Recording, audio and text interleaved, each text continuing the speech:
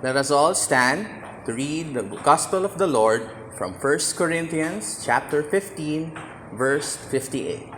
Let us begin. Therefore, my beloved brethren, be ye steadfast, unmovable, always abounding in the work of the Lord, for as much as ye know that your labor is not in vain in the Lord.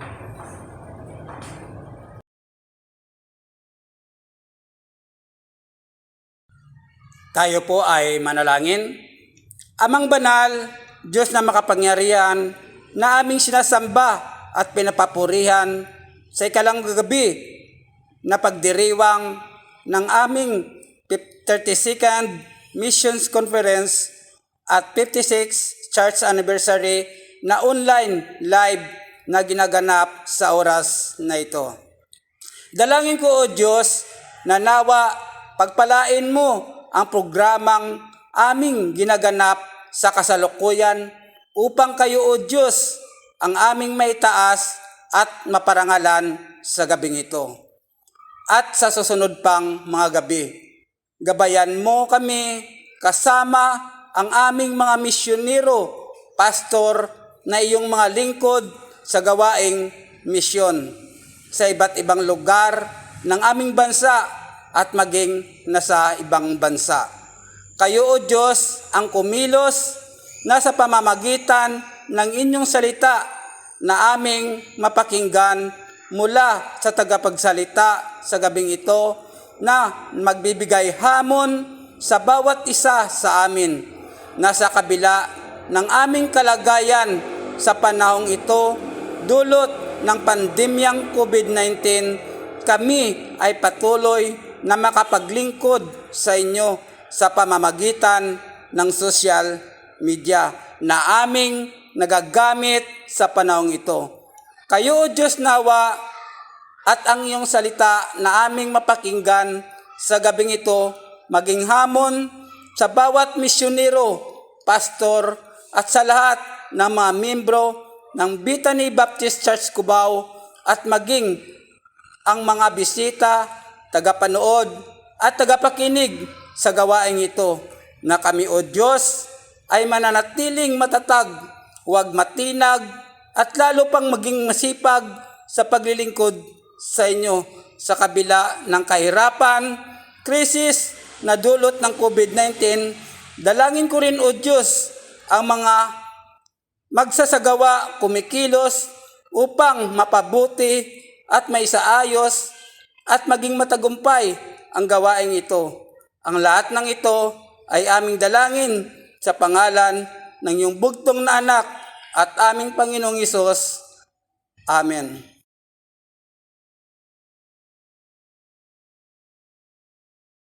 Samahan niyo po akong umawit sa ating Panginoon. I am thine, O Lord.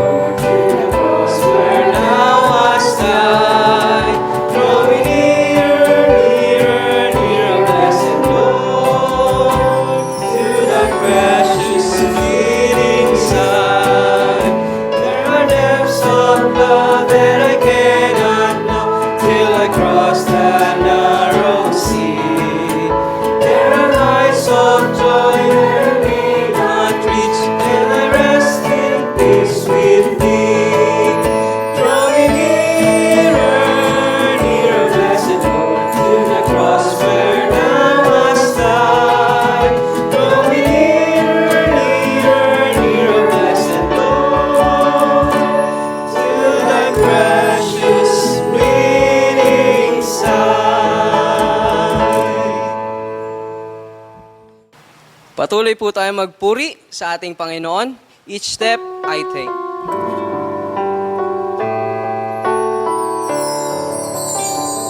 Each step I take, my Savior goes before me. And with His loving hand, He leads the way. With each prayer I whisper, I adore Thee. Oh, what joy to walk with Thee each day. Each step I take, I know that He will guide me to higher ground.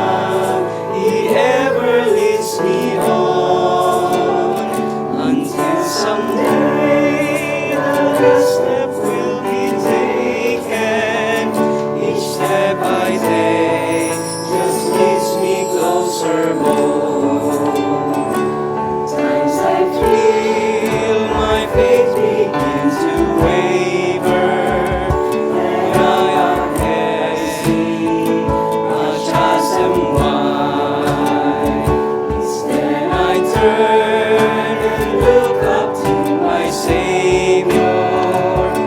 I am strong when He is by my side.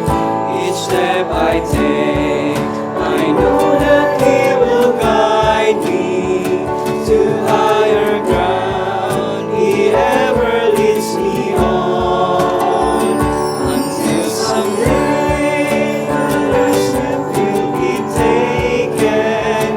Each step I take just leads me closer home. I trust in God, no matter come what may.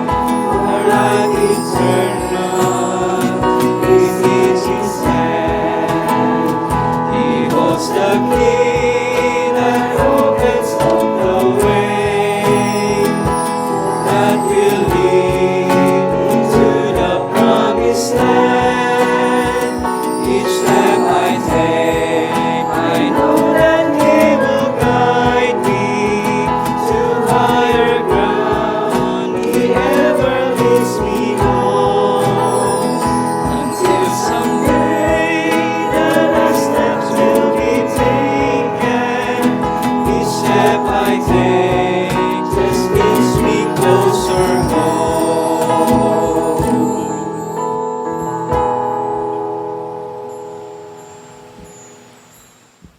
Tayo po'y magkamustahan sa ating comment section sa ating live at kantahin po natin, Ito ang Araw. Ito ang araw na gawa ng Diyos, na gawa ng Diyos. Tayo magsaya at purihin siya, at purihin siya.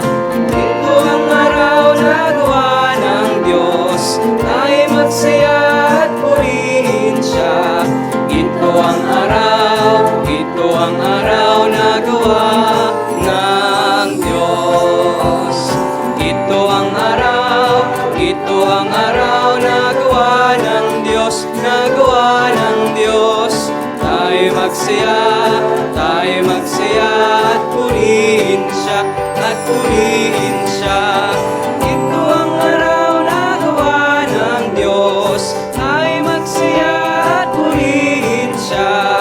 Ito ang araw na gawa ng Diyos. Amen po.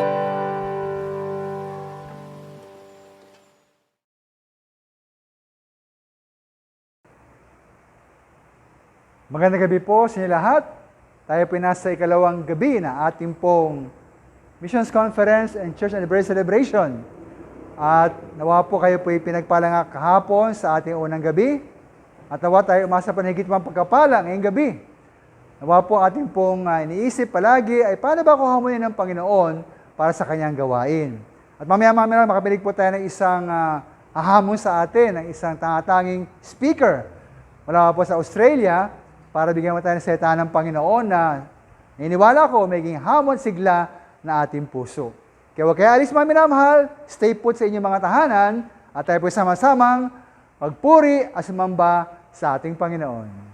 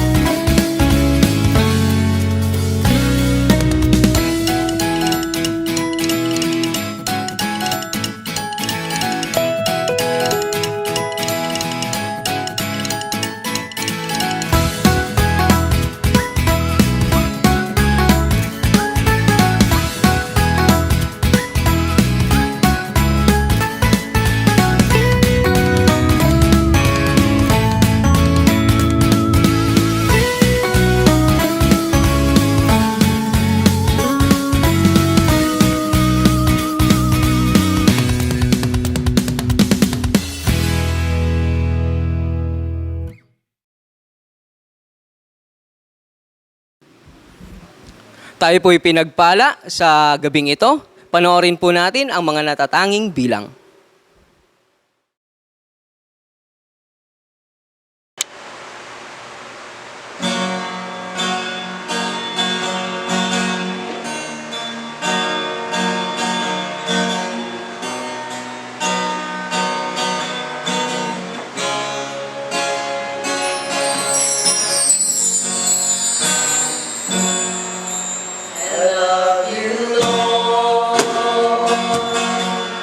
For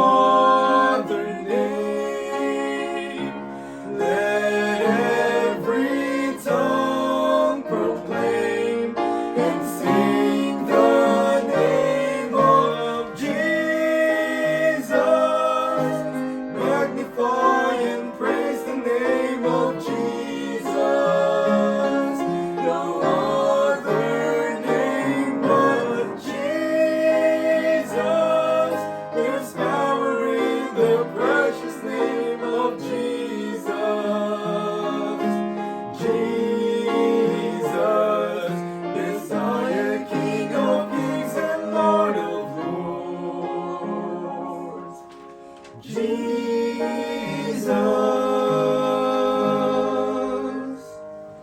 He created all that is with his own hands,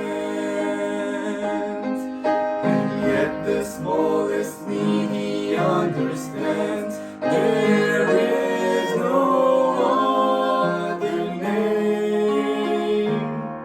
The one who said, I am the great I am, and then he gave himself a sacrifice for man.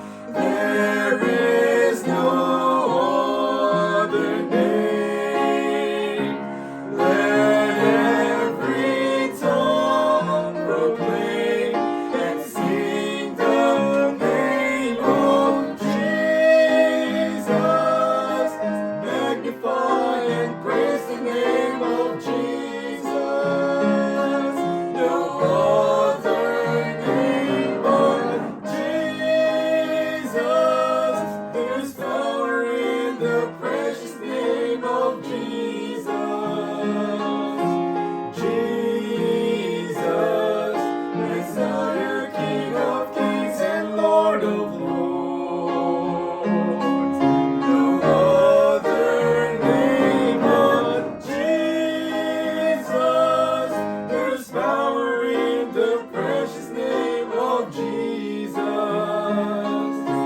Jesus, Messiah, King of kings and Lord of lords. Jesus.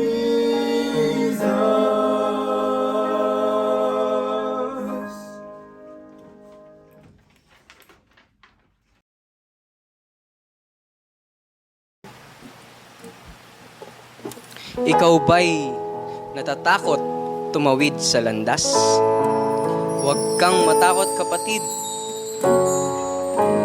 Tayo'y itatawid ng ating Panginoon sa tamang landas. Awitin po natin, itatawid sa landas.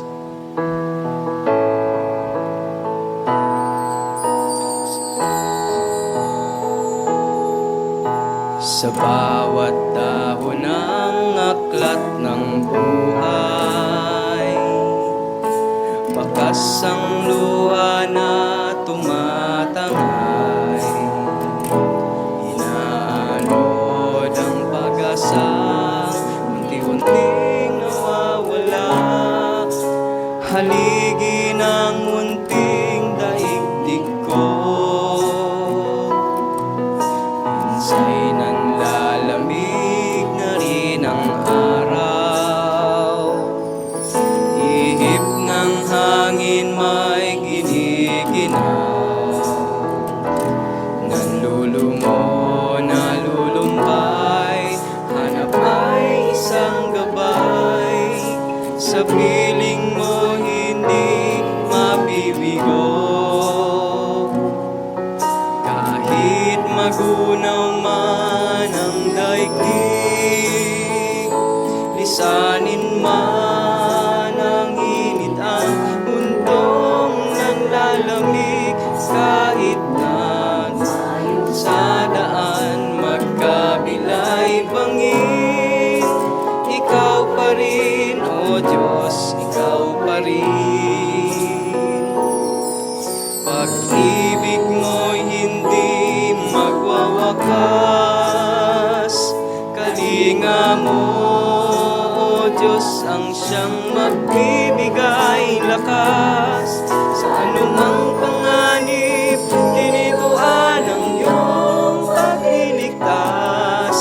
Panatag na tiyak, itatawid mo sa landas.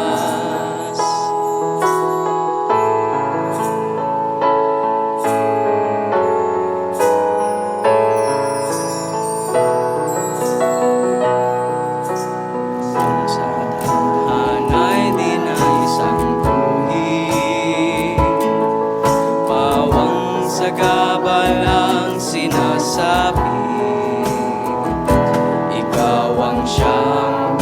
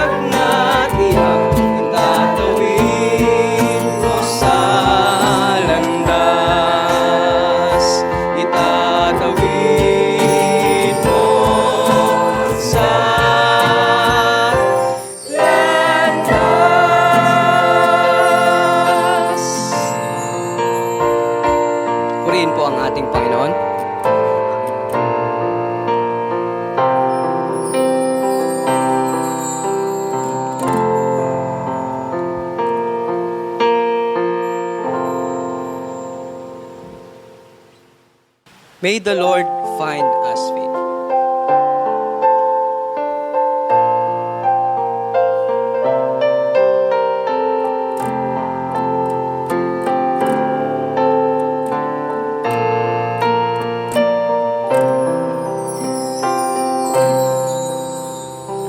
God has not given us the spirit of fear, but He's given us the strength to obey.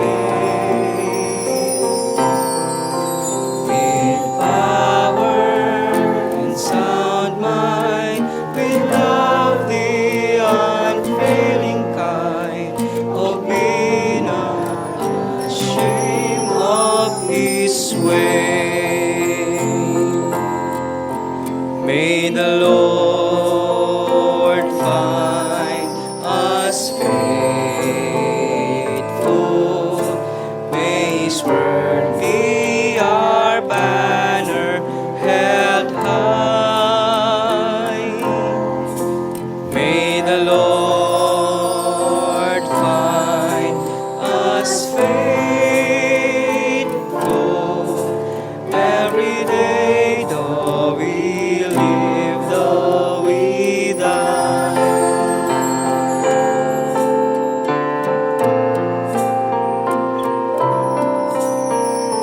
No man can seek it after things of his life. It's a soldier who passes the test. Be faithful, be working, be running, be serving, be searching His word for His best. May the Lord find us faithful. May His word be our banner held high. May the Lord find us faithful every day, though we live, though we die.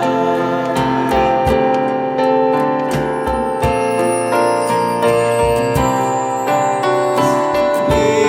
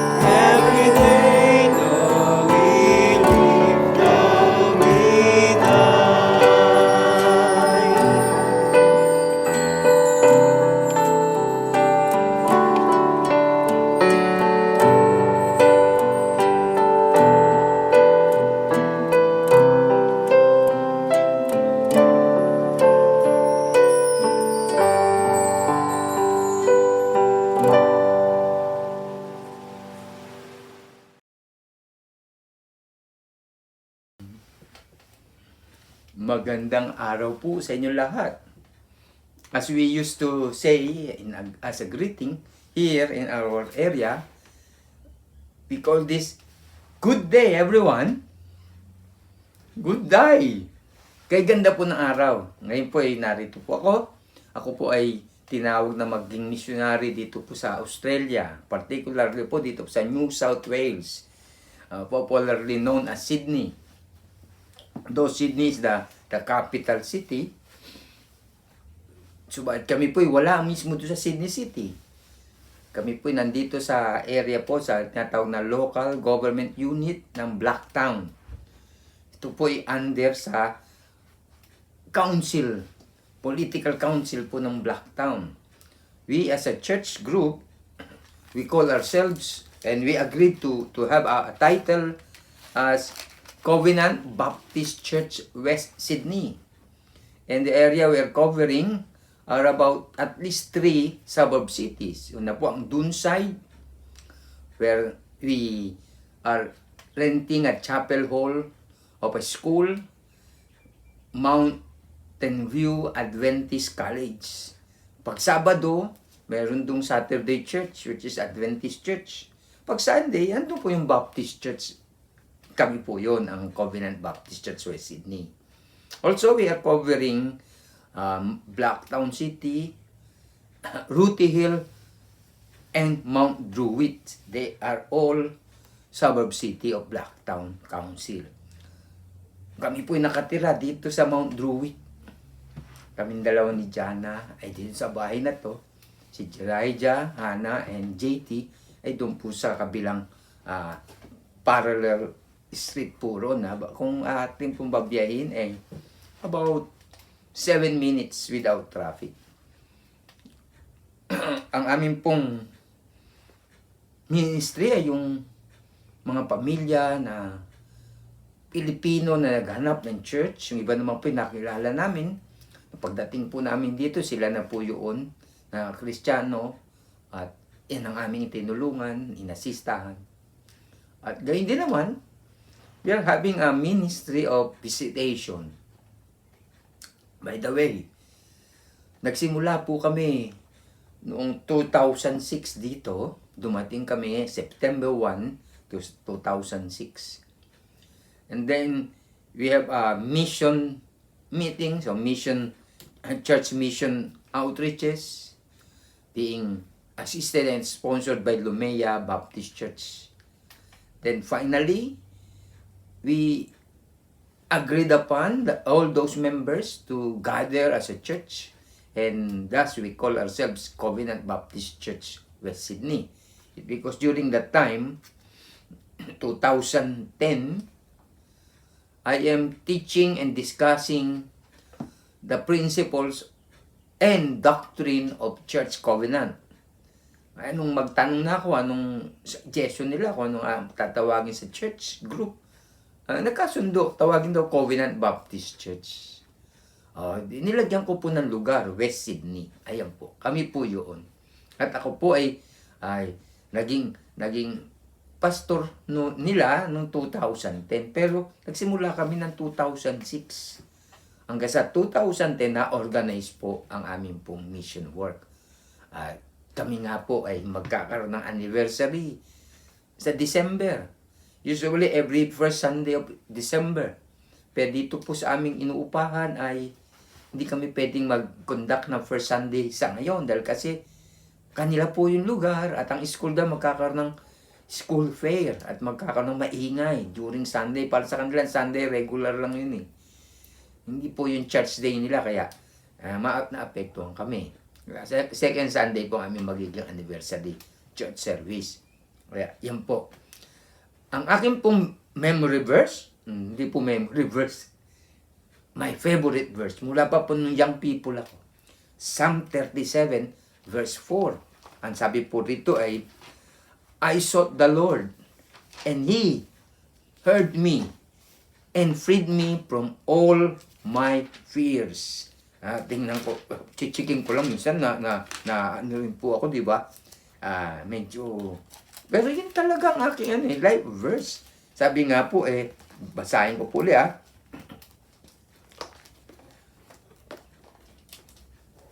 Parang mali nga ako. Pasensya na po Psalm 34 po pala yun. Psalm 34 verse 4. Psalm 34 verse 4. I sought the Lord and He heard me and delivered me from all my fears.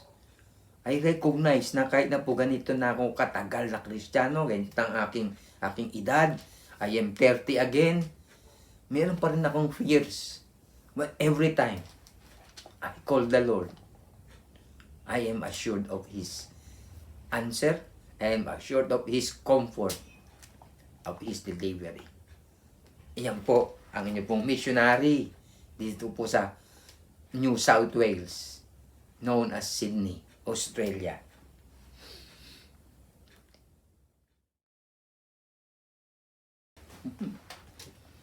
Okay. Muli po, narito ang Pastor Edgar Alulod. Ako po'y nakilala sa ganun pong pangalan. So, aking pong buong pangalan ay Edgardo. Kasi po Pilipino Edgardo Alulod. At ako po'y natawag na Edgar Sinort. Pero dito nga po sa Sydney, sanay po yung mga OCs na iso-shorten nila. Madalas tawag sa akin Ed. Ed. Then I keep on telling them I am known as Edgar. Nakapagtrabaho po ako at yung supervisor talagang kinurik ko. Sabi ko, I am known as Edgar. Please call me Edgar. Mula po nung pumapayag naman sila. Pero meron time talaga na tatawagin pa rin akong Ed. Anyway, I am Pastor Edgar of Covenant Baptist Church, West Sydney. Ngayon po, ang aking pong nawa, ako po'y nabigyan ng isang pagkakataon para po mag-share sa inyo ng pag-aaral. Ito po'y gagawin ko po sa tono ng pagpapahayag o preaching. Kaya nga po ito, inayos ko. Naalaman ko po, ang ating pong tema ay about steadfastness. Kaya ito po, gumawa po ako ng aking natawag na tema. Call to steadfastness. Unmovable. Always abounding in the work of the Lord. Ito po'y binase ko sa ating pong scripture sa 1 Corinthians chapter 15. 1 Corinthians chapter 15 verse 58. Yan po'y nakita ko rin naman sa site ng Bethany. Nakita ko po na mahusay po ang poster, maganda Isa po yan sa mga ibig kong matutunan. Kaya ko yan lang po, kinuha ko po yan. Kung nakikita niyo po yung aking screen sa likod, nakuha ko po yung picture at ginamit ko po. Yan po kasi ang aking unawa na kailangang handa. Pag handa ka sa gawain, handa ka po sa tinatawag na na pagiging matatag. Kailangan pati yung suot mo matatag. Nung araw po, hanggang ngayon yata meron pa rin naman dyan sa atin, di ba, sa Pilipinas. Yung sinasabi kong sapatos, ang title ay Ang Tibay. Ang Tibay. Talagang matibay nga. Binilang po kami ng magulang ko na Antibay shoes. Leather po yun Sabi sa akin yan, ang sapatos mo mula grade 3 hanggang graduate ka na elementary. 3 years! 3 years. Yun po talaga intention na magamit hanggang matapos ang elementary. Pero siguro dahil kasi nga mahal kami, may naman kami kahit paano nabibigyan ng bagong sapatos. Hindi naman po nasira yung Antibay kasi matibay nga. Steadfastness. Sabi po sa 1 Corinthians chapter 15:58, it says, Therefore, my beloved brethren, be ye steadfast. Be ye steadfast. Unmovable. Always abounding in the work of the Lord. For as much as ye know that your labor is not in vain in the Lord. Take note of that. Not in vain in the Lord.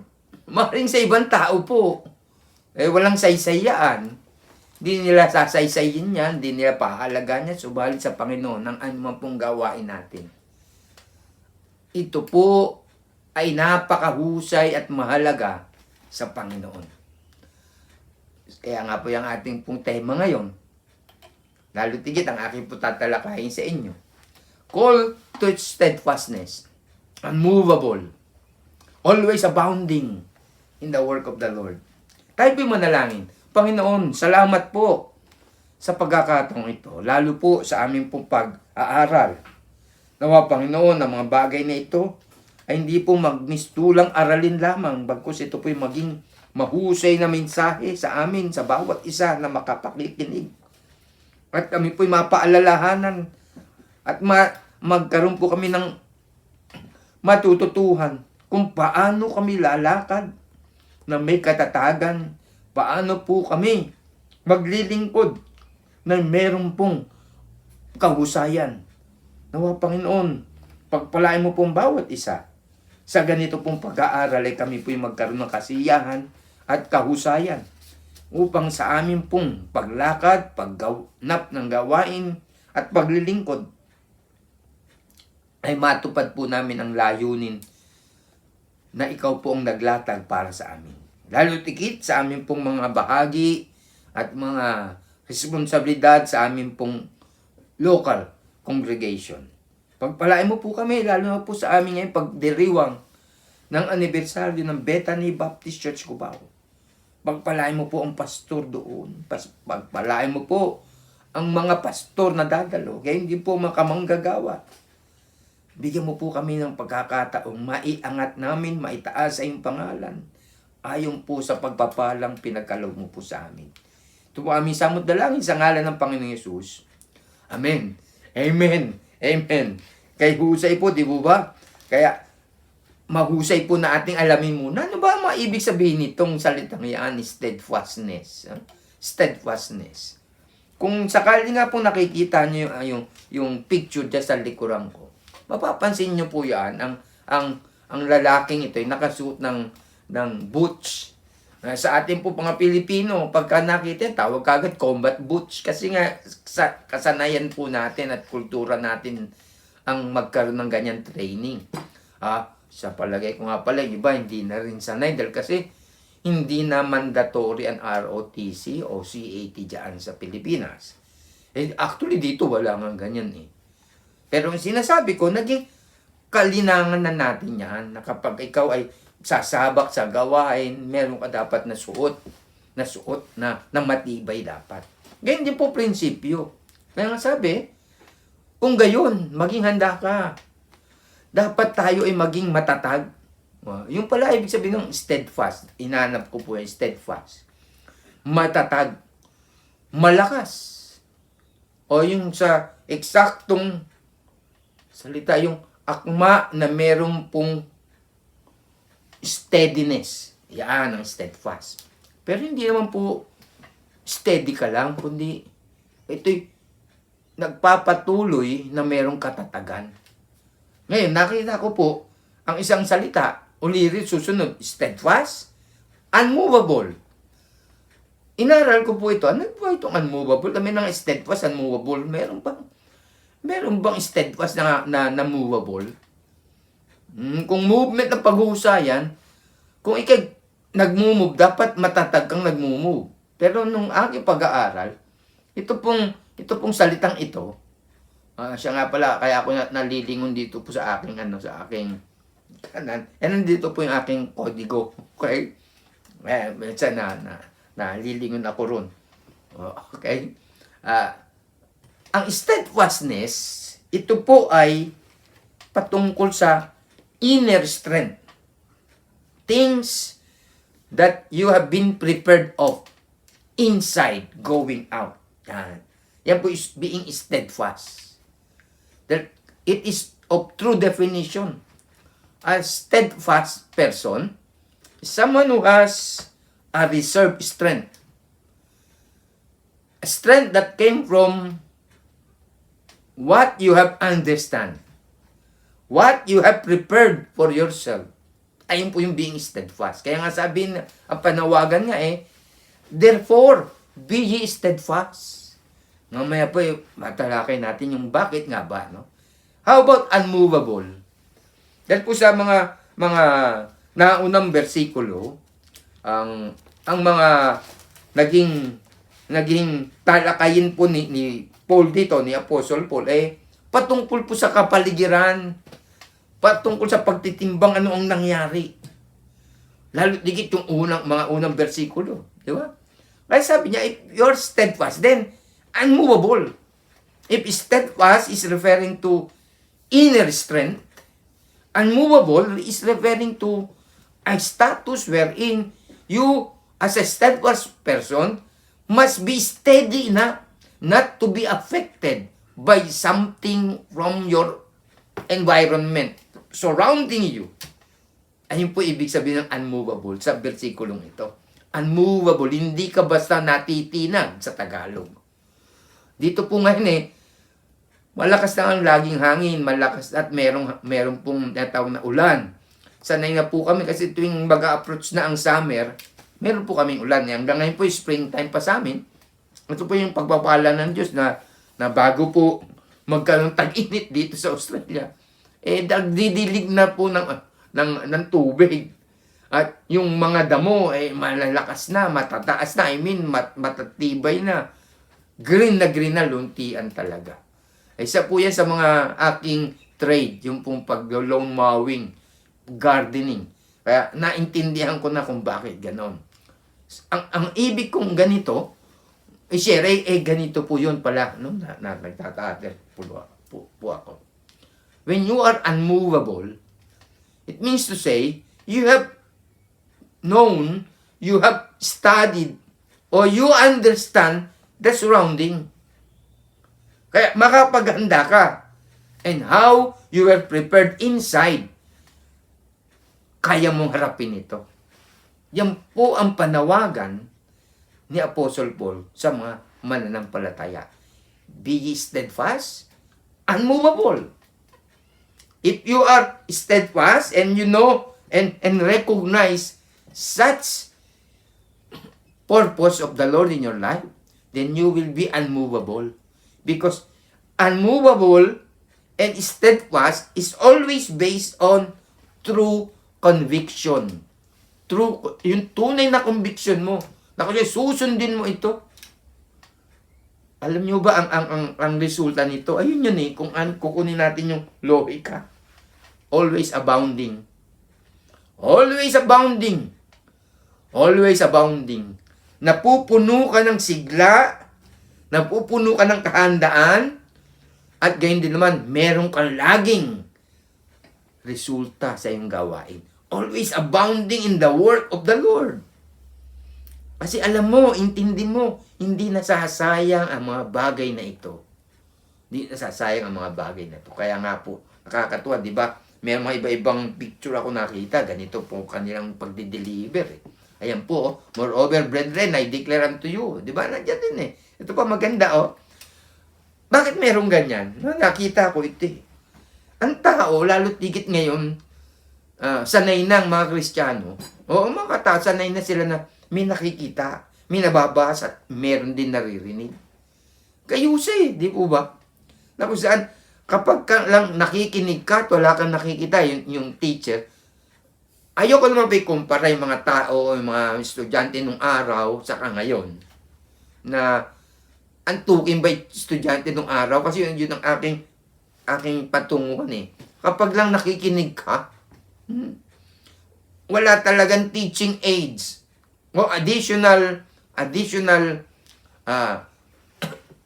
gadgets and teacher habang nagtuturo. Puro lang lecture. Nung araw po, sabi sa amin nung high school dapat masanay na kayo. Sapagkat sa pagdating nyo sa college, darating yung professor nyo, dala-dala yung libro, tatanungin ko, kumaya kayong libro, sasabihin lang, okay, class, read chapter 2 and chapter 3. Tomorrow, we have an exam. Alis na rin yung teacher. Yun ang laging sinasabi sa amin nung kami high school. Kaya ang aming usapan nun, yari, paano yan? Talaga pala, pag college, self-study na lang. Mali naman pala yung ganoon. Dahil meron po mga nagtuturo na gumagawa ng paraan upang ang kanilang mga estudyante ay magkaroon ng sigla sa pag-aaral. Subalit nung araw daw, talagang halos wala namang gamit. Lecture, kaya kailangan talaga matatag to estudyante. Siya ay nakikinig. Siya ay attentive. Ngayon, marami na tayo. Kaya ko to pinili eh. Meron pong mga estudyante na na-enhance ang kanilang attention, ang kanilang interest. Pag nakikita nila yung makulay, yung merong art, yung merong pang tinatawag na dating sa kanila. Yan. Yan. Ito po aking pipiliting maihayag sa inyo. Ihatid ko po sa inyo mensahe. Na kung saan, tinawag ko nga po itong call to steadfastness. Dito po sa chapter 15 ng 1 Corinthians, nakita ko po rito how Paul give on check-ups o how Paul check-ups on steadfastness. Kaya ihatid ko po sa inyo yan. Paul's check-ups on steadfastness. Objects of steadfastness. Ihatid ko po sa inyo yan. The scriptures, the true testimonies, and the Bible doctrine. Number 2, 2 demonstrations of Jesus' steadfastness that affected basically at least 2 persons. Kasi sa kanila pong pag-uusap, nandun po. Talaga nga pong masasabi na not in vain ang gawain kapag may steadfastness. Meron pong produkto ng unmovable things. Lalo tigit, it is abounding unto the grace of God. With Nicodemus and with the woman at the well, or woman of Samaria.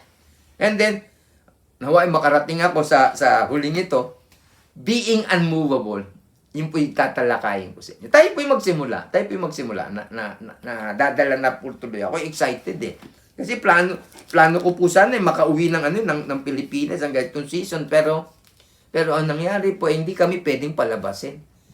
Nag-iingat yung gobyerno rito na baka kung saan kami mapunta, tapos pag-uwi, dala namin yung variant, another variant ng COVID-19. At ganyan din naman, in protecting the inhabitants of the resident of Australia, chinichik talaga nila lahat. Kaya, to be sure, sinabi, wala mong nalalabas. Actually, ang aming pong inaasahan, baka sa year 2022 pa, kami payagan na lumabas. Pero ngayon daw, sabi mayroon ng pagkakataon na lumabas. But I don't want to dare it. Pero, ganun pa rin po yung aking desire, ganun pa rin yung aking wish. Ibig kong makabalik na muli sa Pilipinas. Dahil naranasan ko po, nung nasa Pilipinas po ako, bago po mag-declare ng closure ang Philippines, about 2 weeks before, nakauwi ako rito. Kasi nandun po ako sa Antipolo. Conduct po kami ng seminar, ministry seminar. Yung pong aming mga inaalaga ang young people, yung pong mga pastor preachers na kasama namin sa fellowship dun sa Antipolo. I mean, pag sabi ko Antipolo, yung po yung at least 3 church works na nandoon na hindi po kami nag-conduct ng maraming imbitasyon. Kami lang yung nandoon na para magpatuloy. And then nagkaroon nga po niyan. At hindi ka naman po kinatatakutan kasi alam ko, makakauwi ako.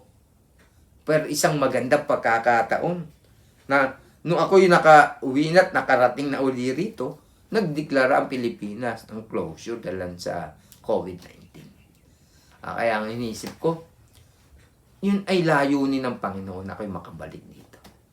Kahit pala meron kang pangarap, kahit na meron kang ibig na mangyari, kung itong mga pangarap mo ay hindi naman itong layunin ng Panginoon sa'yo, huwag kang magtatampo sapagkat laging mas mahusay ang layunin ng Diyos sa atin. Ayun po. Ay nga pa Ito po, pansinin niyo po, yung una kong itatalakayin sa inyo. Sabi po sa 2 Timothy chapter 3 verse 16 to 17. Isa po ito sa mga dapat nating kilalanin. patungkol po sa kasulatan. Ang sabi po dyan all scripture is given by inspiration of God. Inspiration of God, and is profitable. Take note of this. Profitable for doctrine. Doctrine referring to teaching. A manner wherein you will be edified. Ituturo po sa atin, ituturo po sa akin, ituturo po sa iyo ang mga bagay na magpapatatag sa iyo. Ayun yung galing po sa salita ng Diyos. Sabi nga is profitable para maging matatag ka sa katuruan. Profitable for teaching or doctrine. Secondly, for reproof. Reproof, ibig sabihin po, meron ka ng kaalaman, ngayon naman, ipa-follow up ka ng katunayan. Yang bang mga nalaman mo, yang bang mga inaaral mo yan ba ang dapat? Yan ba ang dapat? Parang ganon. Yan ba katotohanan? Kaya, for reproof, saan mo yung babase? Sa scripture.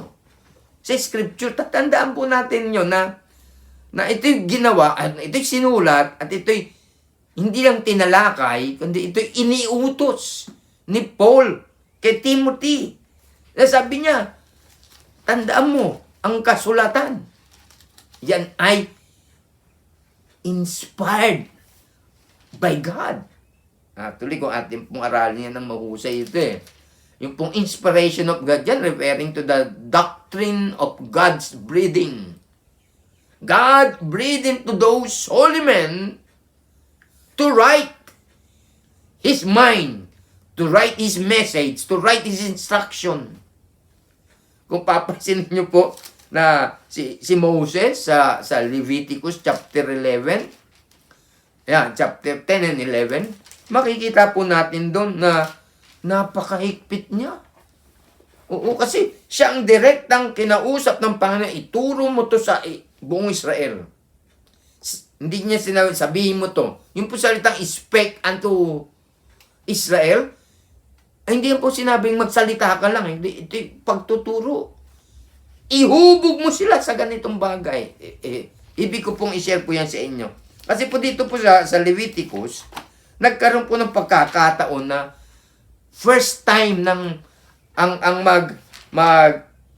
gagawa o mangunguna ng pag-aalay o ng offerings and sacrifices, yung unang-unang high priest, si Aaron and his sons. Pero meron pong nangyari. Nagkaroon ng tinatawag na strange fire. Kasi po pag sinabing sacrifice or pag-offering, yan po'y inahain sa apoy. Offering po yun ang una pong i-offer po nila yung burnt offering. Kaya, dito po yun sa verse, sa chapter 10, Leviticus chapter 10. Banggitin ko. Basahin ko po And Nadab and Abihu, the sons of Aaron, took either of them his censer and put fire therein, and put incense thereon, and offered strange fire before the Lord, which He commanded them not. Nagkaroon pong alam niyo ba, nagalit po si Moses? Bakit niyo ito nagampanan? Bakit niyo ito ginawa? Sabi niya. Kasi kung atin po aralin na particular, mula po sa Leviticus chapter 1 hanggang chapter 9, inihanda po ng Panginoon si Moses, tinuro sa kanya dapat na gagawin, i-construct ang tabernacle in the wilderness, ang lahat ng furnitures, under the command of Moses as their leader, their physical leader, and Moses was supervised and administered by the Lord Himself. Kasi kailangan maging handa. Maging handa ka para kapag naibigay ko na ang lahat, ay di ipapasa mo kay Aaron. Si Aaron ang pinili para unang-unang punong saserdote o high priest. Okay? High priest. Kaya nga pagdating po sa chapter 11, pansinin po natin chapter 11 ha. Ito po chapter 11. And the Lord spake unto Moses and to Aaron. Kasama na si Aaron na kinausap, binigyan niya ng tinatawag na reproof and doctrine. Ayun na. Saying unto them, speak unto the children of Israel, saying, there are the beasts, these are the beasts which ye shall eat among all the beasts. Ibig sabihin, eksakto na ito. Kayo nang mamamahala, pero ito ang dapat nyo maihanda. Babalik po tayo sa chapter 10 na sinasabi ko, mahigpit si Moses. Sinita niya talaga. Dito po sa kapitulong ito, dahil nagkamali anak ni Aaron, yung kahigpitan ni Moses nandun, iniisip niya, kailangan impunto tayo. Kung ano yung sinabi ng Panginoon, yun ang gagawin natin. Opo, yun yung sinabi. Pagdating po sa verse 19, dahil nga nasita sila ay hinatiran uli ni Moses ng pagkabay. Sabi po ni Aaron sa verse 19, and Aaron said unto Moses, behold, this day have they offered their sin offering and their burnt offering before the Lord. And such things have befallen me. And if I had eaten the sin offering today, should it have been accepted in the sight of the Lord?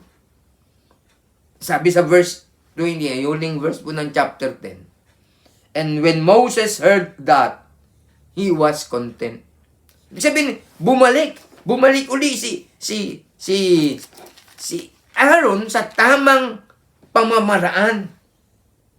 Kasi nagkamali. Kaya nga sabi dito ang scripture is profitable for reproof. Hindi mo naunawaan tong nakaraan. Tapos kaya nagkamali ka. Gagamitin mo pa rin ang kasulatan para maiwas to sa tamang katuruan. Ngayon, meron po tayo rito dapat na iklaro yung susunod po. Nawa po yung naging klaro po tungkol sa Leviticus. Na ang sinasabi rito ay nagkakamali tapos iniwas to. Ito naman po. Also inspiration of God that is profitable for correction. Yan po ang layunin ng scripture. Magkaroon po ng pagwawasto. Ito mo po pagtuturo para iayos ang katuruan. Ito mo, correction, this is referring to the way you conduct yourself. Iwawasto po. Iwawasto. Kaya makikita po natin na napakahusay na meron pong kasulatan. Ito po ang dapat nating gampanan. Ayun po yung ibig sabihin dyan. Dahil tayo po hindi naman Hudyo, tayo po hindi Israelites. Tayo hindi Jewish. We are non-Jewish nation as Filipino. Kaya mas kaiba po ang kalagayan natin. Subalit sa biyaya ng Diyos, at sa pamagitan ng katotohanan ng salita ng Diyos, tayo po'y nakasama yung po sa layunin ng Diyos. Una ng kaligtasan at yan din ang ating bahagi sa pagluluwalhati sa Panginoon. Kaya nga po, Scripture is given by inspiration. Ito'y bigay sa pamagitan ng buhay na hinga ng Diyos. Buhay na pagkikipag-usap ng Diyos sa mga taong banal na kanyang kinuha, iniwalay para isulat ang mga bagay na ito. Ito'y kapaki-pakinabang para sa pagtuturo, kapaki-pakinabang para sa pagsasaayos ng katuruan. Pagsasaayos ang kaalaman mo sa katuruan, reproof. Ito rin naman po'y kapaki-pakinabang for correction sa pagwawasto ng iyo pong lakarin sa buhay. Correction. And then finally, all scripture is profitable for instruction in righteousness. Instruction in righteousness. You have been reproved, you have been corrected. Kailangan aangat ka uli. Hindi, alam niyo po, sa tinatawag natin discipline, hindi po sapat yung tinatawag na corporal discipline kung wala ay po itong pag-follow up ng tama at wastong pagtuturo muli. Ako naniniwala po ako sa corporal correction. Although mga bansa na po ngayon, kasama ating pong bansa, ating bayan, ay meron ng batas tungkol dyan. Dahil kasi nga, mali ang pagkakaunawa ng tao kung ano itong discipline, kung ano itong correction. Ang pagpapalo, hindi po yan discipline basta. Alam niyo po, kung mahusay po ang ating paghuhubog, baka hindi natin kailangan ng ang paddle eh. Kasi susunod po yan eh. Yan pong prinsipyo ng Proverbs chapter 22. Pansinin po natin yan. Kasi nandun po tayo sa tinatawag na instruction, di ba? Tingnan niyo po sa Proverbs 22. Ano po ba yung paborito dyan? Lalo tigit tayo po yung nagkaroon ng kasanayan sa tinatawag na ACE. No? Ito yung naging paborito eh. Sabi nga nila pag Proverbs 22, ang nasa main kagad, verse 6. Verse 6. Ano yung verse 6? Train up a child in the way he should go. And when he is old, he will not depart from it. Pero para ating lalo tigit na maunawaan ang kahalagahan nitong kapitulong ito, hindi po dyan nag-uumpisa. Umpisa po ang tinatawag na training ay habang nasa sinapupunan pa ang bata. Opo. Actually, nagkaroon kami ng seminar, Zoom seminar, no? Webinar na tawag, yung pong Church Antipolo sa Kainta, yung aming pong ministry doon. Ako sa kasadyanang naging resource speaker. Pinag-usapan po namin kasi ang paghahanda ng mga magnobyo, nobya sa kanilang papasuking pag-aasawa. Ayun po yun, yung preparation for a sanctified relationship before marriage. Kasi napansin namin yung mga maliliit doon, lumaki na, dalaga, iba nga, more than dalaga na, professional na, tapos na sila ng kanilang mga academics, at ngayon may trabaho na, sila na yung nagiging supporter ng church ministries, especially in finances. Hindi naman dapat pigilin, yung dapat lang bigyan sila ng gabay. Kaya nga dapat bigyan sila ng katuruan. Kung sakaling yung kasanayan nila na mali, ibig nilang gampanan, bibigyan natin na reproof. Ngayon, kung sila na may patuloy nagkakamali sa kanilang behavior o buhay, correction, di ba? And then finally, para lalo pong madagdag, may instruction for in righteousness. Kaya ito po, tingnan niyo sa Proverbs 22, nag-uumpisa po talaga sa verse 1. Ito po ibig sabihin, kaya bago pa magkaroon ng laman, ang sinapupuna, bago pa magkaroon ng laman, ang uterus ng babae, dapat meron siya nito. Gayun din yung kanyang natawag na asawa o partner o helpmate. Sa verse 1, a good name is rather to be chosen than great riches, and loving favor rather than silver and gold. Ayun po yun. Hindi yung basta lang tatalong ka na kagad sa pagpapalo. Kasi yun ang mali na pagkaunawa. Pag sinabing discipline, disiplinahin mo nga yan. Papaluin na lang. No. Ang pagdidisiplina, ito po yung paghuhubog. Pero hindi ka makakapaghubog kung wala kang sarili mong hubog. Meron nga pong maganda kasabihan ng mga educators You can teach little by what you say, more by what you do. But you can teach most by what you are. Ganun po yun. Lagi ko nga po ito sineshare kahit sa church po namin dito. Yung mga anak po natin, apo nating maliit. Kala nyo, laro lang yung laro. Ang attention po niya nasa paligid. Ano po? Minamanmanan nila o namamanmanan nila ang ating kilos, ang ating salita, ang ating tinatawag na behavior. O doon, naglalaro yan, nakakapag-observe yan. Kasi yung pong kanilang panahon bilang bata ay nahuhubog sa pamagitan ng exposition nila sa atin, pagka-expose nila sa atin. Ito nga sabi ko sa aking apo in my first apo, si JT, ang gwapo mo, apo. Tatanungin ko, JT, why are you so gwapo? Dinoktrinahan ko. Opo. Kasi wala pa naman siya ibang doktrina. Hindi ko pa siya pwedeng i-reprove. Hindi ko siya basta i-correct kasi wala pa Pero kailangan maroon akong instruction. Ganito ginawa ko. Kasi ang lolo mo ay gwapo. Natatawa kayo. Okay, natutuwa. At gayon din naman, kasi ang daddy mo ay gwapo. Ayun po. Kaya nakuha ko po na kailangan maintindihan niya yun. Kaya nga pag tinanong nyo, JT, why are you gwapo? It's because my daddy is gwapo. And because my lolo is gwapo. Nahubog ko po. Ayun po naging character po rito. A good name is rather to be chosen than great riches. Tandaan po natin. Para maging matatag po tayo, dapat meron po tayong mahusay na pangalan. Mahusay na karakter. Unawa natin ang salita ng Diyos. Unawa natin ang tawag ng Diyos sa atin.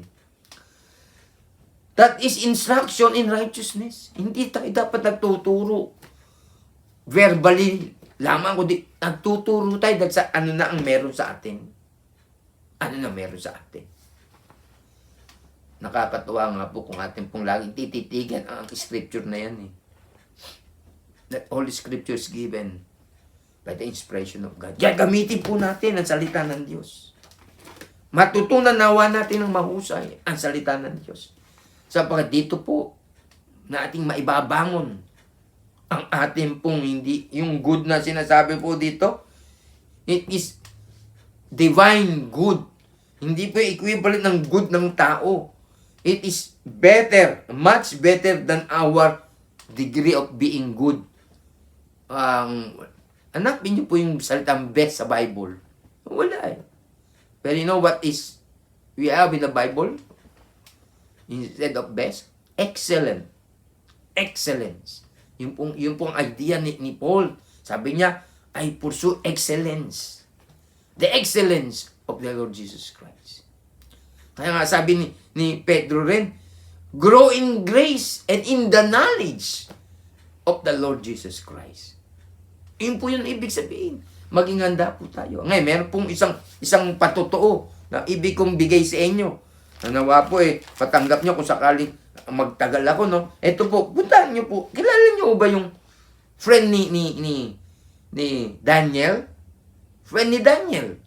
Anong pangalan nila? Sanay tayo doon Karamihan sanay dyan sasagot ninyo Si Shadrach, Meshach, Abednego.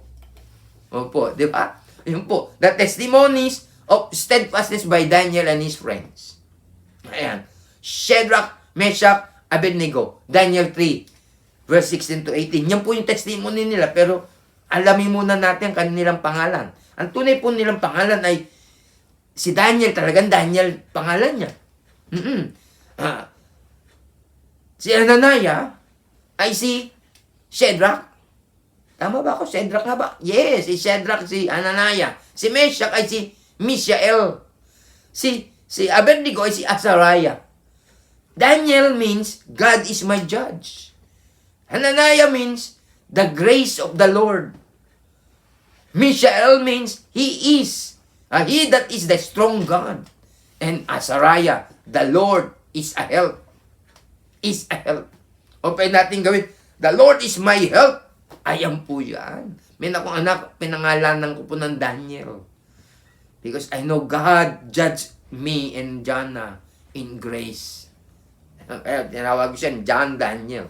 Ang punto po rito, yung kanila pong patutuoy, ganito basta. Hindi po yung basta ano lang, ito po sinabi nila. Ay, kay ganda po ng patutuo nila. Ano po yung patutuo nila? Ang patutuo nila ganito, Kahit, kasi gumawa po ng batas ng mga council, ang advisor ni Nebuchadnezzar. Inangat nila si Nebuchadnezzar, ginawa nila ng rebulto. Tapos meron pang, kasamang music. Kapag dadaan at ganitong oras, may po music dyan. Lahat ng klase ng musical instrument ay maririnig. At merong kay ganda-ganda, maara sa kanila, ma-excite sila. Pero ito po mga batang ito, lalo itong tatlo. Si Shadrach, Meshach, and Abednego. Ginagamit ko kasi yun po nakalagay sa Bible. Ha? Hindi na sila tinawag ng Hebrew names nila. Sinumbong, hindi po sila sumusunod. Hindi sila nagbabaw sa rebulto, lalo sa ganitong oras. Pag narinig ang musika, dapat magbabaw, sabi nga. Pero ang punto ay ganito po. Ito po kanilang patotoo Ito po kanilang patotoo. In verse 16, Shadrach, Meshach, and Abednego answered and said to the king, O Nebuchadnezzar, we are not careful to answer thee in this matter. If it be so, our God whom we serve is able to deliver us from the burning fiery furnace. Kasi yung pong kaparusahan kapag hindi ka nagbow, hindi ka sumamba sa Diyos na ginawa nila. And sabi niya verse 7, and He will deliver us out of thine hand, O King. In verse 18, but if not, be it known. This was the testimonies of the three. Be it known unto thee, O King, that we will not serve thy gods, nor worship the golden image which thou hast set up. Tandaan po natin, ano pa object ng steadfastness? Ang object ng steadfastness, number 1 is scripture. Number 2, the true testimonies. Bago po nangyari yan, ang unang testimonies nila, yung lahat ng kabataan na kinuha mula sa bayan ng Israel, bayan ng Israel sa Juda, ay tinesting nila kung sino mga malalakas dito. Kasi nga, bibigyan nila ito ng trabaho Pinapakain sila ng mga pagkain na hindi nila dapat kainin. Base po dun sa Leviticus chapter 11.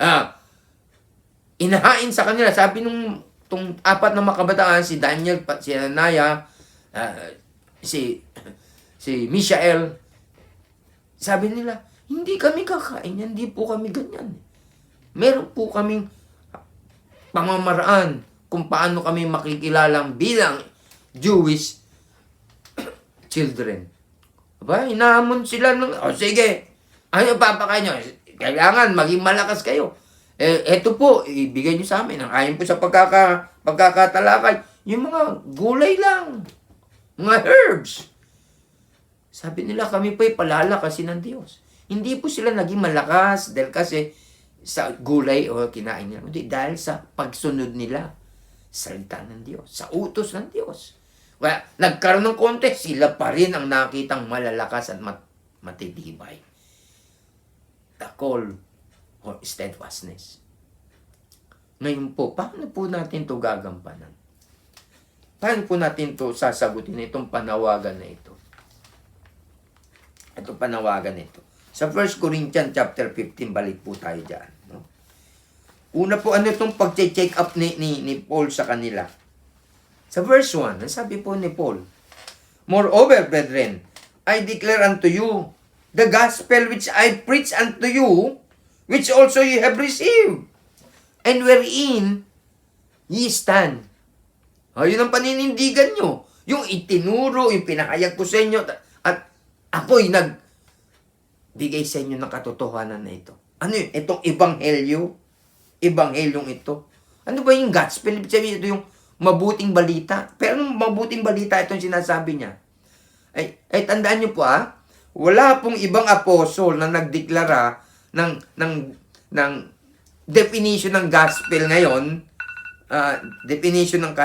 ngayon, na inabutan natin, kundi si Paul lang. Yung sinasabi, what is a gospel?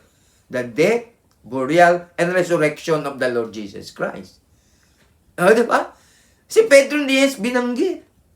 Ganun yun. Exact na yun sa verse 2. By which also you are saved, if ye keep in memory what I preach unto you, unless ye have believed in vain. Ito po yung harapan.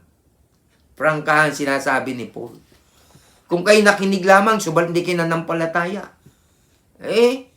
wala yun. Walang laman yun. That is in vain. Ibig sabihin empty. Pwede mangyari yan. Pwede mangyari yan. Oo. Kaya nga yung iba, ilang beses silang tumatanggap kasi hindi nila naintindihan. Ilang beses nag-forward, hindi nila naintindihan. Ilang beses nagtatanong, dahil hindi wala sila pangunawa. Paano sila magkakanawa kung hindi sila nagkaroon ng pananampalataya? Ayun po ba? Tingnan niyo po yung pananampalataya. Paano po ito pinaliwanag ni Paul ng katotohanan tungkol po dito? Tingnan niyo yung scripture sa Romans chapter 10. Romans chapter 10. Sabi po sa Romans chapter 10, in verse 17, it says here, so then, faith cometh by hearing, and hearing by the word of God. Napakahalaga po na ang salita ng Diyos ay maipahayag para ito yung madinig. Subalit mahalaga rin naman sa mga taong nakikinig ang pananampalataya pag siya nakikinig. At siya ay nagkaroon ng tunay na panawagan na kasi siya tinats ng Holy Spirit. O he is being convicted or rebuked by the Holy Spirit. Nandun po, tutubo, magsisimula ang pananampalataya. Ngayon, yung iba naman, may nagpipreach, pero nakatingin ka, ganyan, pero di po tunay na nakikinig. Kaya nga sabi ni Paul, chinek up sila. Unless you have believed in vain. In vain. In verse 3, for I delivered unto you first of all that which I also received. Remember, you can teach little by what you say, more by what you do, but most by what you are. Ayan po si Paul. Of all that which I also received, how that Christ died for our sins, according to the scriptures, and that he was seen of Cephas, then of the 12. Nalundag po ako, pasensya na po, nagmamadali na, in verse 4 pala, and that he was buried, and that he rose again the third day, according to the scripture. Kung tayo po yung mag-check up ng mga kapatiran, tayo mag-check up ng mga hindi pa nating kapatiran, i-check po natin sila sa pamagitan ng scripture. Sapagkat ang scripture lamang po magkakaroon ng tunay na kapangyarihan na gagamitin ng banal na espiritu para kung salitang gisingin o mukawin yung kaluluwang nakikinig. Ayun po yun. Tandaan po natin, ang mga taong nagpapahayag, ang Bible teacher, Bible preacher, ang Sunday school teacher, ang pulpit preacher, ang pastor pag nagpahayag yan ng salita ng Diyos. At ang kanilang ipinapahayag ay salita ng Diyos, pagbitaw po yan sa kanilang bibig. Yan po yung naandiran ng Holy Spirit, yung salita. At ihahatid yan doon sa layo ng Panginoon na pusong makikinig. At ito hindi hayaan ng Panginoon bumalik sa kanya ng walang bunga. Ano po yung pagbalik? Pananampalataya. Gamitin natin ang salita ng Diyos upang ang katatagan ay mapasa atin. Opo, upang tayo yung magkaroon ng tinatawag na pagiging matatag. Kahit na meron pong mga tinatawag na puwersa nga sa labas. Dahil kung matatag ang kalooban mo at naunawaan mo salita ng Diyos. Yung pong mga nakakaapekto sa isang tao o sa iyo na nasa labas, hindi ka maitutumba. You are unmovable. Unmovable. Uli na po, alam ko po medyo lampas na po yata ako. Sabi po ng Panginoon Jesucristo, isang hamon sa mga nananampalataya o yung mga disciples, o pag sabihin disciples sa Bible during his ministry, those who follow him in his earthly ministry. Sabi niya, in chapter 5 of Matthew chapter 5. Ito isang paghamon isang pagtakusan. Kung ikaw yung makikinig ng mahusay, na maintindihan mo kung ikaw nasa Panginoon, maintindihan mo Sabi sa chapter 5 verse 20, ganito po yun, ganito po. Kasi madalas ang kanilang iniisip dapat ako mauna. Pero sa chapter 5 verse 20, ang hamon po ng Panginoon ganito po. Basahin ko po Simula sa verse 18. For verily I say unto you, till heaven and earth pass, one jot or one tittle shall in no wise pass from the law, till all be fulfilled. Verse 19, whosoever therefore shall break one of these least commandments, and shall teach men so, he shall be called the least in the kingdom of heaven. But whosoever shall do and teach them, the same shall be called great in the kingdom of heaven. Now in verse 20. For I say unto you, that except your righteousness shall exceed the righteousness of the scribes and Pharisees, ye shall in no case enter into the kingdom of heaven. You have heard that it was said by them of old time, thou shalt not kill. And whosoever shall kill shall be in danger of the judgment. Ano itong mga sinabi ng Panginoon? Kasi observable sa buhay ng mga Pharisees sa Israel, mula pa ng 12 anyos yan, yan po yung requirement. Pag 12 anyos ng bata, pwede nang ipasok sa School of Scripture para sila ihanda maging Pariseo, maging Saduseo, maging scribe. At wala sila bang pag-aaralan kundi Scripture, ang salita ng Diyos. At lagi nila susundin yun hanggang sa mangyari na kung saan mayroon silang inimbentong mga tradisyon ng elders. Opo. At sinusunod nila yun. Kaya sabi niya, kung mahigatan ninyo ang righteousness ng Pariseo, dun lang lamang kayong makaunawang kayo papasok ng langit. Ano po yun? Let's follow the true principles of the Scriptures. Yun po yun. Kasi ganun sila eh. Literal sumunod itong mga Pariseo. Pero sabi ng Panginoon, my words that I gave to you are spirits. In John chapter 6, sabi niya, ang sino mang walang bahagi ng aking katawan ay wala rin akong bahagi sa kanya. Yung po'y tungkol sa Espiritu ng Panginoong Jesucristo. Nagalit sila. Ang ibang mga nakikinig, sabi nila, sa John chapter 6 po ito, ano itong sinasabi niya? Napakatigas. Pakakainin tayo ng kanyang laman. Magiging cannibal tayo. Verse 66, from now on, from that day on, madaming mga disciple nang tumalikod at hindi na sumama sa kanya. Pero hindi kasi nila naunawaan. Dahil wala silang espiritu buhay. At sino man po na nagsasabi na ito ay may saysay, ang kanilang espiritu binuhay ng Panginoon sa pamagitan ng banal na espiritu. Tandaan po natin. For I say unto you, sabi niya ganyan, dapat malampasan daw po natin. Ayun po. Ngayon, ano po sasabihin natin? Magpatuloy po tayo. Kahit na may COVID, hindi po tayo dapat matalo ng COVID, hindi tayo dapat matalo ng politika, hindi tayo dapat matalo ng social media. Tayo po ay dapat nakabase lagi na maging matatag sa pamagitan ng salita ng Diyos. Salita ng Diyos. Maraming salamat po sa inyong pakikinig. Tayo po'y manalangin. Panginoon, salamat po sa pagkakataon ito. O Diyos, dalangin ko, Ikaw po ang kumilos sa amin sa bawat isa. O Banal na Espiritu, aking pong hiling, patuloy mo po kaming gabayan, patnubayan, turuan, amin pong maunawaan ang salita, amin pong maunawaan at magampanan ng kautusan ng Panginoon Jesucristo.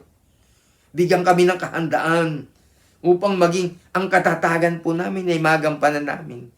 Sa aming kapaligiran, kami po hindi nawa maitulak, maikabig ng iba-iba pang mga katuruan na hindi galing sa iyo, O Diyos. Pagpalain mo po ang aming pong patuloy na pag-aaral, patuloy na pakikinig, at bigyan mo po kami ng katatagan sa buhay na pinagkaloob mo sa amin. Ito, kaysa amot dalangin, pagpupuri, at iling sa aming Panginoong Jesucristo. Amen. Amen. Salamat po. Magandang araw po sa inyo lahat at salamat sa inyong pakikinig.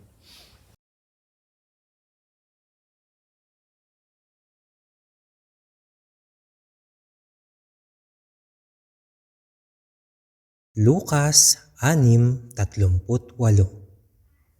Mangagbigay kayo at kayo'y bibigyan.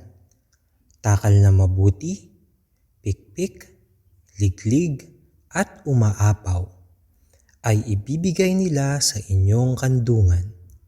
sapagkat sa panukat na inyong isukat ay doon kayo muling susukatin.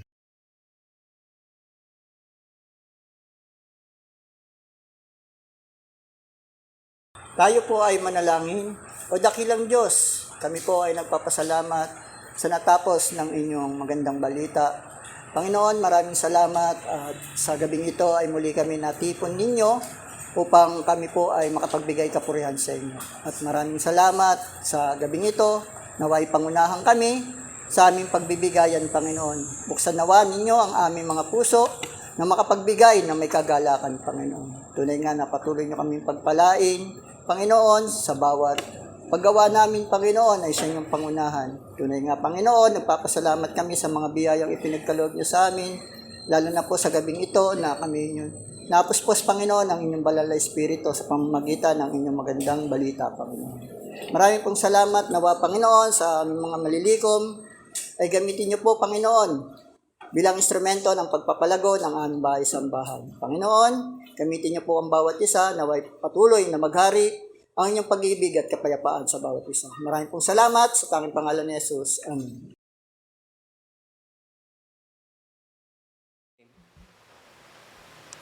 Narito po ang mga detalye para sa ating pagbibigayan.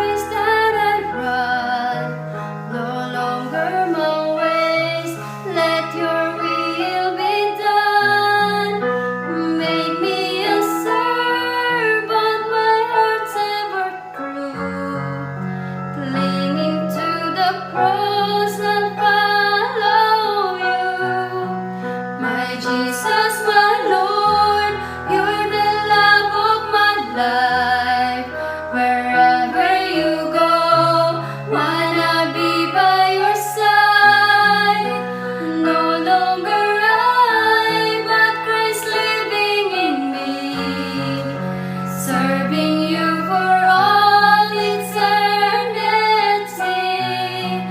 My eyes set on you in this race that I run. No longer my ways, let your will be done. Make me a servant, my heart's ever true. Clinging to the cross, I'll follow you. I'll follow you.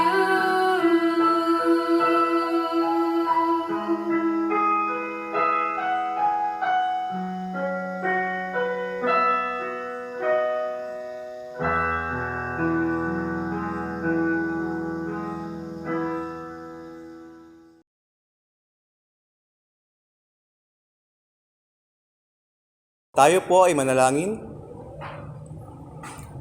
Diyos na makapangyarihan sa lahat, kami po ay nagpapasalamat sa natapos na pagbibigayan. Basbasan ninyo po at pagpalain na magamit po namin ito sa inyong gawain ng may kahusayan.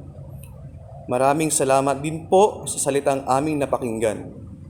Nawa ay amin po itong maisa puso ng aming magamit at maisagawa sa aming pang-araw-araw na pamumuhay. Maraming salamat po at kahit sa panahon ng pandemya, kayo po ay patuloy na nagtutustos ng aming mga pangangailangan. Maraming salamat sa mga kapatiran na nakapagbigay, sa mga hindi naman, higit ninyo po silang pagpalain, Panginoon. Dahil kami po ay naniniwala na lalong pagpapalain ang mga nagbibigay ng wasto at may kasiyahan sa kanilang mga puso. Pagpalain ninyo po ang aming mga negosyo, trabaho at anumang pinagkukunan ng kabuhayan. Maraming salamat po muli, Panginoon, sa inyong kabutihan at pagmamahal. Lahat ng ito ay aming pinasasalamatan at lahat ng papuri aming ibinabalik sa pangalan ni Jesus. Amen.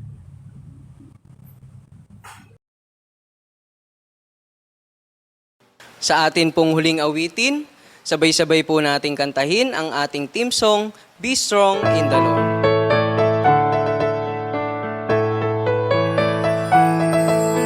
Strong in the Lord and be of good courage. Surely tender is He who is always the same. Mount up with wings as the eagle ascending. Victory is sure when you call on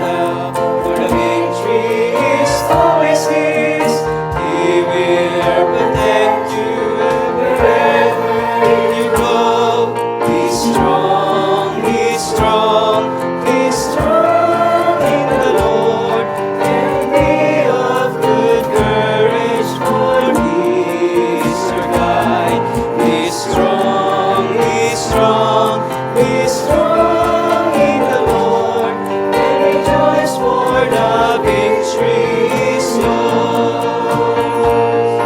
Be strong, be strong, be strong in the Lord and rejoice, for the victory is yours. Be strong.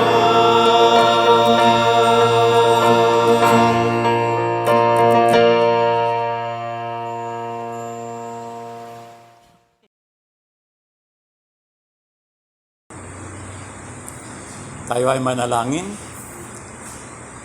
Amang banal, Diyos na makapagbahabagin at makapangyarihan sa lahat.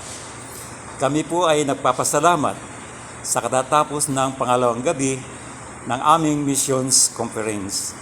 Salamat o Diyos kay Pastor Edgar Alolod na inyong ginamit na aming tagapagsalita sa gabing ito at may pahayag ang inyong mensahe na aming napakinggan sa pamagitan ng online sports service.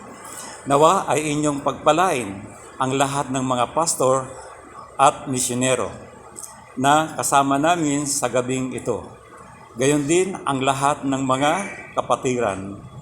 Tulungan po ninyo kaming mapagbulay-bulay ang inyong salita sa araw-araw naming pamumuhay at sundin ng ayon sa inyong kalooban. Patuloy ninyo kaming pangunahan, Ama, sa bawat araw ng aming Mission Conference at Church Anniversary na maging matagumpay at ikaw, O Diyos, ang maparangalan at mapuri. Hinihiling at dinadalangin ang lahat ng ito sa makapangyarihang pangalan ng aming tagapagligtas na si Jesus Kristo. Amen.